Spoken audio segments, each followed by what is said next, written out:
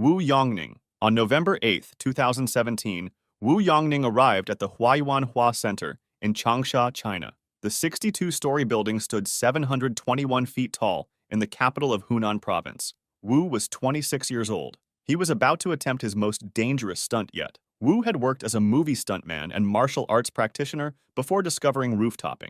The practice of climbing tall buildings without safety equipment had made him famous on Weibo, China's version of Twitter. He had over 60,000 followers. His videos showed him dangling from skyscrapers by his fingertips, doing pull-ups on the edges of buildings, and performing handstands on narrow beams hundreds of feet in the air. Wu needed money badly because his mother was sick and needed medical treatment. His girlfriend Jin was waiting for a proposal. Wu had promised her they would marry soon, but the bills were too much for him. A sponsor had offered to pay him 100,000 yuan, roughly $15,000, for one video, one perfect stunt. All Wu had to do was climb the Huayuanhua Center and perform pull-ups from the roof's edge. He had done this hundreds of times before on other buildings.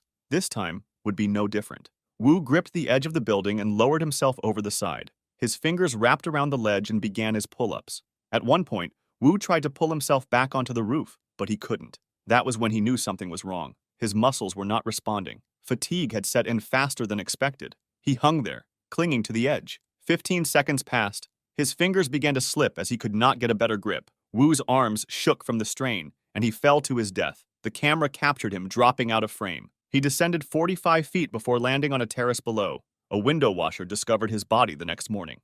Remi Lucidi. On July 27, 2023, Remi Lucidi checked into a hostel in Tsim Sha Tsui, Hong Kong. The 30-year-old Frenchman had been staying there for 10 days. Lucidi was known as Remi Enigma on Instagram. He had thousands of followers who watched him climb buildings across the world. His feed showed stunning photos from rooftops in Dubai, Bulgaria, France, Thailand, Colombia, Poland, and Portugal. He specialized in unauthorized climbs of skyscrapers, cranes, bridges, and transmission towers. That evening around 6 p.m., Lucidi arrived at the Tregunter Tower, a residential skyscraper in Hong Kong's upscale mid-levels area. The building stood 721 feet tall with 68 floors. A security guard stopped him at the gate, but Lucidi told the guard he was visiting a friend on the 40th floor. He gave a specific apartment number. The guard allowed him. The elevator took him up. CCTV footage showed him arriving on the 49th floor. Then he disappeared into a stairwell. He climbed the remaining floors on foot. At 7:30 p.m., a maid inside a 68th floor penthouse apartment heard knocking on the window. She turned and saw a man outside. He was standing on a narrow ledge. He was knocking frantically on the glass. His face showed panic. The maid screamed and called the police immediately. She described a man trapped outside who needed help urgently. Officers were dispatched to Tregunter Tower. Before they arrived, Lucidi lost his footing and fell from the 68th floor. Police found his body at the scene. Pavel Kashin. On July 6, 2013, Pavel Kashin climbed to a rooftop in St. Petersburg, Russia. He was 24 years old and one of Russia's most well-known freerunners. He had spent years perfecting his craft. Parkour was his life. Kashin specialized in urban acrobatics. He could flip, vault, and leap across city obstacles with precision. His videos showed him running across rooftops, jumping between buildings, and performing backflips on narrow surfaces. Everything looked effortless. He made it look easy. That afternoon, Kashin stood on the edge of a 16-story building. A small group of friends and fellow traceurs watched from a safe distance.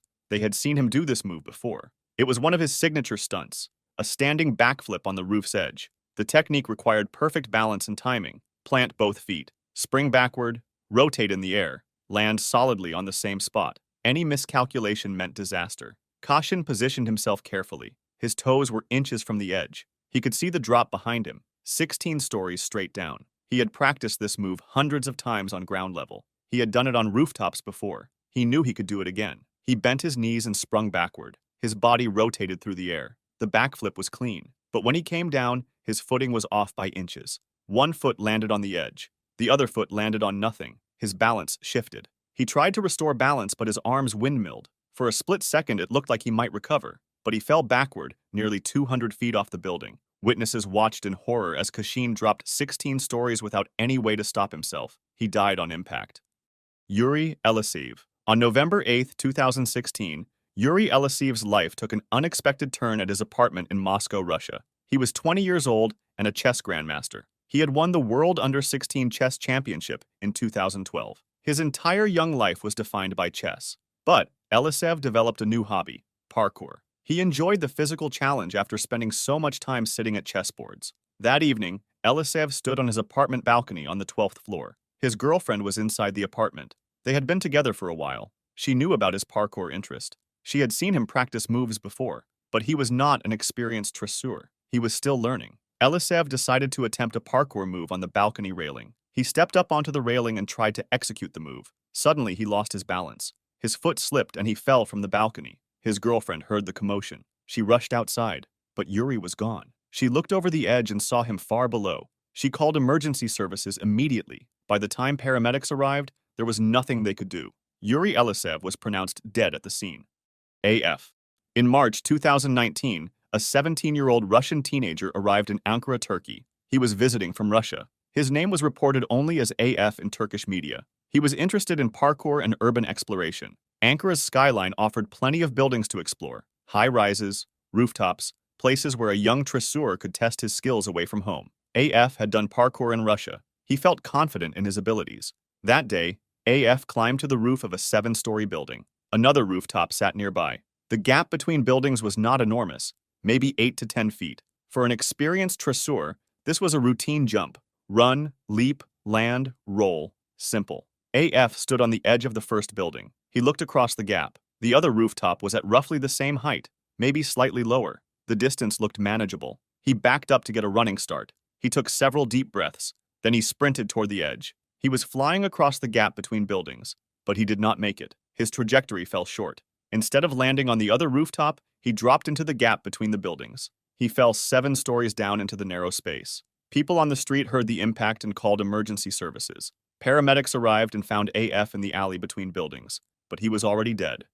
Nye Frankie Newman. On December 2, 2016, Nye Frankie Newman met his end in Paris, France. He was a British freerunner and urban explorer. At 17 years old, he had built a reputation for daring stunts and rooftop photography. His friends knew him as fearless. That night, Newman was with companions exploring Paris. They had been moving through various urban locations. At some point, the group approached the Paris metro system. The subway trains ran underground and above ground on certain routes. Newman and his friends decided to attempt train surfing. This involved riding on top of moving metro trains. It was illegal and extremely dangerous, but it was also popular among some urban explorers who filmed the experience for social media. Newman stuck his head out while on top of a moving train and made contact with the tunnel entrance. The impact was instant. Newman suffered catastrophic head trauma. He was pronounced dead at the scene.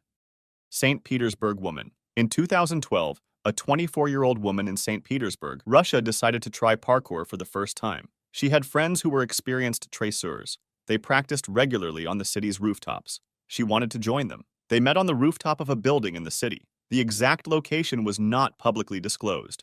The building was approximately 17 stories tall. Her friends were there to teach her the basics and show her how the moves were done. The session started normally. At some point, one of the tresseurs performed a gap jump. It was a move they had done many times before. They made it look easy. Then she decided to give it a try. Her friends advised against it. Beginners should not attempt advanced moves, but she wanted to try. She stepped up to make the jump. She ran forward and leapt, but she did not have the technique. She did not have the experience. She did not have the muscle memory that comes from years of practice. As she attempted the jump, she missed the landing completely. She fell from the 17-story building. Her friends watched in absolute horror. There was nothing they could do. She dropped over 170 feet to the ground below and died on impact.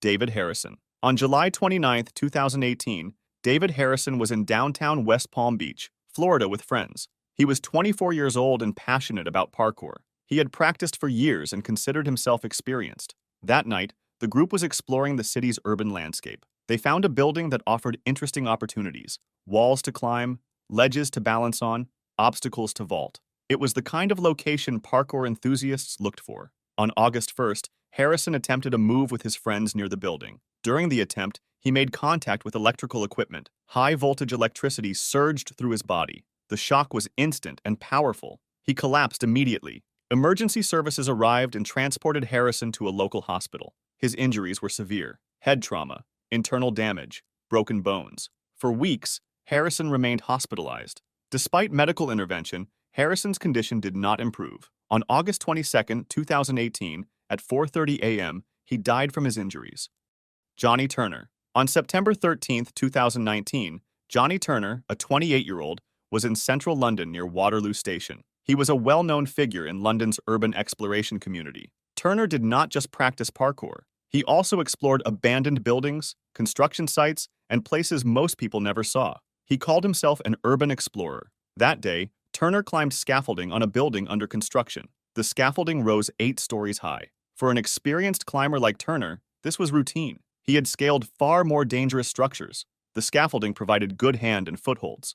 Metal bars ran vertically and horizontally. It was like a giant jungle gym. Turner moved upward with confidence. But something went wrong near the top. Maybe a bar was not secured properly, or he misjudged a grip. Whatever the cause, Turner fell. He dropped 8 stories through the scaffolding structure. The metal bars struck him repeatedly on the way down. Each impact caused more damage. He hit the ground at the bottom. Workers at the site immediately called emergency services. Paramedics arrived within minutes. But Johnny Turner was pronounced dead at the scene. Tyreek Riley. On March 12, 2015, Tyreek Riley and his friends were on a Brooklyn rooftop. Riley was 15 years old. It was evening. The boys were hanging out, talking, and moving around the building's roof. Someone suggested trying to jump to the next building. The gap between rooftops was approximately 10 feet. The buildings were similar in height. For experienced traceurs, this would be a manageable jump. But Riley and his friends were not trained parkour athletes. They were teenagers attempting something they had seen in videos. Riley decided to try the jump first. He backed up to get a running start. His friends watched from a safe distance. He sprinted toward the edge of the building. For a moment, his body was airborne above the gap. Then, gravity took over. Riley came up short. He did not make the distance. Instead of landing on the other rooftop, he dropped into the gap between buildings. He fell multiple stories to the ground below. His friends screamed and ran to look over the edge. They could see Riley lying motionless far below. They immediately called for help. The paramedics arrived at 4:30 p.m. and found Riley unresponsive. He had suffered catastrophic injuries from the fall. Despite medical efforts, Tyreek Riley later died. If you'd like to see more stories like this, make sure to subscribe and feel free to drop suggestions for the next video in the comments.